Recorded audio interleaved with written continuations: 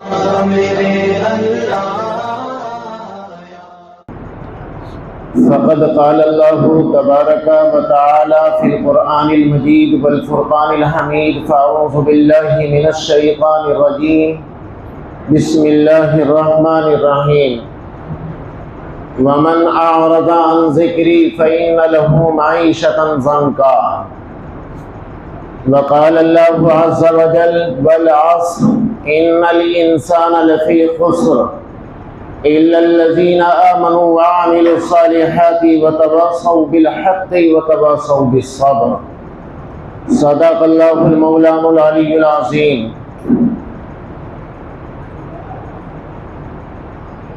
हज़रत गिरामी, अल्लाह तबारक व तआला जल्ल शानहू का इरशाद है, वमन अअरज़ अन ज़िक्री फ़इन्न लहू मईशतन ज़ंका। और जो कोई मेरे जिक्र से, मेरे कानून से रूगर्दानी करेगा, बरगश्ता होगा, हम उसकी ज़िंदगी को दुनिया के अंदर तंग करके रख देंगे। अल्लाह तबारक व तआला ने कसम खाई, वल अस्र, कसम है गर्दिशे दौरां की, तेजी के साथ गुजरने वाले वक्त की।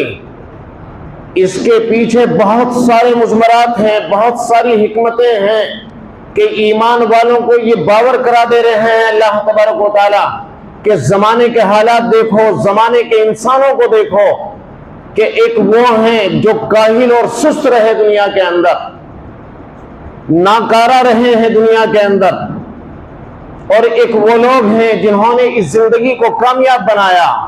तो कामयाब लोगों को अल्लाह तबारक व तआला ने अच्छे नामों से और उनके अच्छे तज़किरों से अल्लाह तबारक व तआला ने लोगों के ज़हन और दिल के ऊपर उनकी छाप छोड़ दी। उन लोगों को अच्छा कहा गया। और एक वो लोग हैं जो इंतहाई बदबख्त थे, उन लोगों की भी ज़हन और दिल के ऊपर छाप छोड़ी गई। हर कौम ने, हर मिल्लत ने, हर मजहब वाले ने अपने अफराद पेश किए और उनकी तारीखें रकम की गई हैं। और वो इसलिए होती हैं कि आने वाली नस्लें पीछे वालों से इबरत हासिल करें कि आया हमें कौन सी राह के ऊपर चलना है। जिन राहों के ऊपर वो चले वो दो तरह के लोग थे। हमें अपने लिए उस राह को चूज करनी है कि हमारे लिए कौन सी राह बेहतर है। किन लोगों का नाम नेकनामी के साथ लिया जाता है और नेकनामी के साथ उनको याद किया जाता है। हजरात गिरामी, खुसूसन हिंदुस्तान के अंदर ईमान वालों ने अपनी कारकर्दगी के वो हैरतनाक काम अंजाम दिए हैं कि जिनकी तारीखें किताबों के अंदर मौजूद हैं। यानी ईमान वालों के आमाल, ईमान वालों के अदल व इंसाफ, ईमान वालों का भाईचारा, ईमान वालों का बाहिमी ताल्लुक और मोहब्बत, ईमान वालों का मस्जिद और मंदिरों का एहतराम, ईमान वालों का हर एक के मजहब और मिल्लत के बरगुज़ीदा उनके बंदों का अदब और एहतराम, जिनका शेवा रहा, जिनके महलों के अंदर, जिनके दरबारों के अंदर राम और रहीम की सदा लगाने वाले शीरो शकर की तरह भाई भाई थे, जिनके यहां अदल इंसाफ कायम था। इनके इन्हीं आमाल को देखकर लोग जूक दर जूक इस्लाम के अंदर दाखिल हो रहे थे। लेकिन ये दुनिया की एक दूसरी कौम थी, यानी ईसाई। ईसाइयों को ये गवारा ना हुआ और अपनी मुहिम को चलाने के लिए इस हिंदुस्तान का रुख किया और उन्होंने भी तिजारत का बहाना बनाकर हिंदुस्तान का रुख किया और हिंदुस्तान के अंदर अपने अड्डे कायम करना शुरू किए। और उस वक्त के शहंशाहों को, बादशाहों को, नवाबों को, उन लोगों को शराब और शबाब के अंदर मस्त करना शुरू किया। शराब और शबाब से मस्त अक्लों के अंदर सोचने समझने की सलाहियतें खत्म हो जाया करती हैं। उनकी रातें जब रंगीन होने लगी मुजरों से, रंडियों के नाच और रंग से, जब उनकी अक्लें नाकाम हो गई, उनकी रातें इस हाल के अंदर गुजर रही थी। दिन में वो एक एक डेढ़ डेढ़ बजे तक सो रहे थे और उनकी जगह पर अंग्रेजों ने उनकी खुशामद दरामद करके मुल्की उमूर को अपने हाथों के अंदर ले लिया था। जिस वक्त तक बादशाह या नवाब उठ रहा है उस वक्त तक वो सारी रियाया का, सारे इलाके का वो दौरा करके आ जाया करते थे। तो नाम बादशाह का था और काम अंग्रेज का चल रहा था, और बिल वास्ता मुलाकात अंग्रेजों की चल रही थी, और अवाम को यह मालूम हो चुका था कि बादशाह कुछ करने वाला नहीं है, यही हमारी खैरगिरी करता है। इस तरह से रफ्ता रफ्ता बादशाहतें कमजोर पड़ती चली गई, नवाबियतें कमजोर पड़ती चली गई, और इन लोगों के अंदर ताकतें आना शुरू हो गई। उलमाए वक्त ने इन लोगों को बड़ा समझाया, उस वक्त के नवाबों को, उस वक्त के हाकिमों को बहुत समझाया, लेकिन जिनकी अक्लों के ऊपर शराब और शबाब, जिनके जहन और दिल के अंदर रच और बस जाया करता है, उन्हें हिदायत की बातें अच्छी नहीं लगा करती। तो नतीजा ये हुआ कि बादशाहतें रफ्ता रफ्ता निकलती चली गई, रियासतें मुसलमानों के हाथों से निकलती चली गई, और बिल्कुल सादिक ये आयत आकर रही, वमन आरज़ान ज़िक्री फ़इन्न लहू मईशतन ज़न्का। अब वही यहाँ की हिंदुस्तान की ये वसी जमीन, हिंदुस्तान की ये वसी फिजाएं, ये बुलंदो बाला फिजाएं, इन फिजाओं के अंदर जब ईमान वाला फख्र के साथ और शान के साथ जिंदगी गुजार रहा था और दूसरों के सुख और चैन का ये बाइस बन रहा था, अभी इसके अपने लिए ये जमीनें तंग होनी शुरू हुई। और ये वैसे ही नहीं हुई, ये इस वजह से हुई कि इन्होंने अल्लाह तबारक व तआला के याद से मुंह मोड़ा था, इन्होंने कुरान करीम की याद से मुंह मोड़ा था, अल्लाह तबारक व तआला के अहकाम से मुंह मोड़ा था। सुन्नतों के जनाजे इनके महलों से निकले, इनके घरों से निकले, तो अल्लाह तबारक व तआला ने अब ये जमीन इतनी तंग कर दी थी कि अंग्रेजों का तसल्लुत यहां पूरे तरीके से कायम हुआ, और उनकी वो तारीखें जो ईमान वालों की तारीखें थी, जो अदल इंसाफ उनके थे, जो उनका भाईचारा था, जो उन्होंने मोहब्बतें बांटी थी, अब अंग्रेजों का तसल्लुत कायम होने के बाद दो नाम आते हैं अंग्रेजों में जिन्होंने हिस्ट्री लिखी हिंदुस्तान की, और उस हिस्ट्री के अंदर वो जहर घोला है कि अब उनके अदल इंसाफ को जुल्म और तशद्दुद करार दिया जा रहा था, उनके भाईचारे को, उनकी मरबतों को अब अत्याचार लिखा जा रहा था। यह है वलासर। कहां चले गए वलासर पढ़ने वाले? कहां खो गए थे वलासर पढ़ने वाले? कहां चले गए थे ये हामिले कुरान कि जब मुसलमानों की तारीखों को मस्क किया जा रहा था, और तब से लेकर आज तक मस्क किया जा रहा है, और मुसलमान हैं कि ये अपने मसाइल के अंदर उलझ कर रह गया है, और जहां किसी को कुछ वसअत अल्लाह तबारक व तआला ने अता की, उन्होंने एक दूसरे की टांग खींचना शुरू कर दी, एक दूसरे को नीचा दिखाना शुरू कर दिया।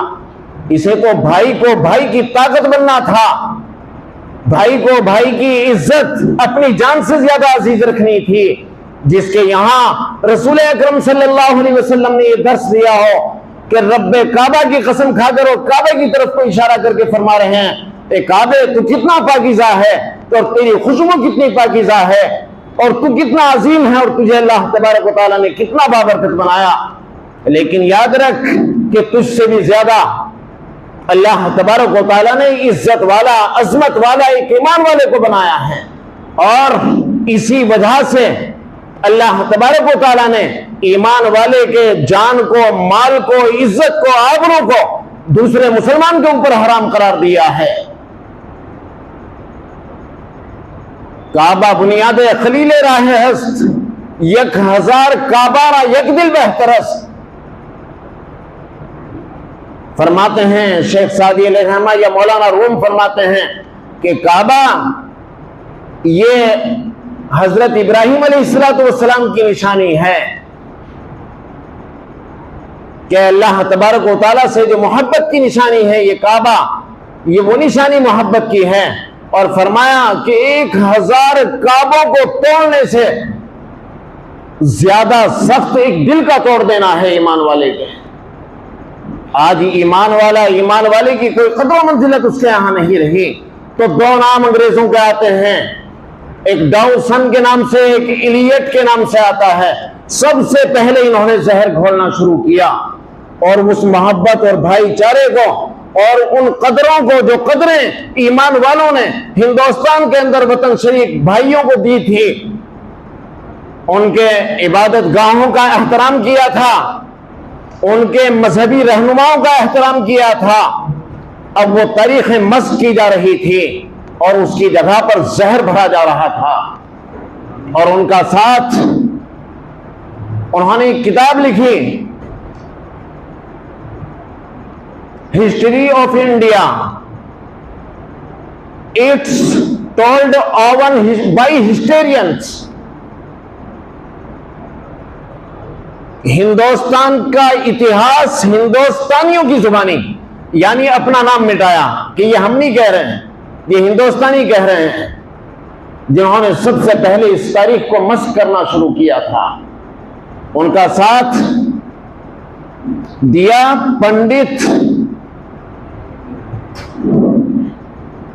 पंडित हरसिंह, उन्होंने साथ दिया, और यदुनाथ सर, ये दो लोग थे जिन्होंने उनका साथ दिया और इस तारीख को मरोड़ कर पेश किया गया।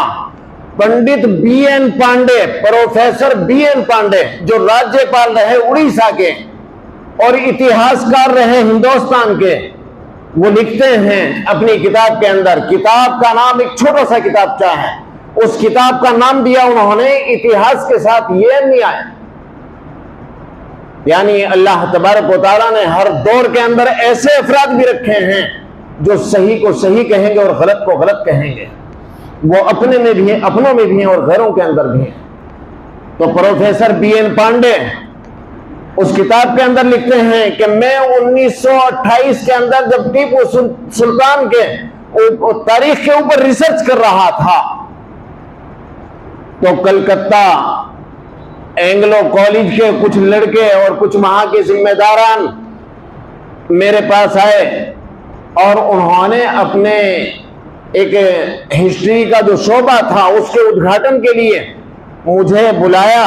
मुझे बुलाने के लिए वो मेरे पास आए कि हमारे शोबे का उद्घाटन आपके हाथों होना है। तो फरमाते हैं कि उनके हाथों में किताबें थी। मैंने उनके हाथ से एक किताब ली जो हिस्ट्री की किताब थी।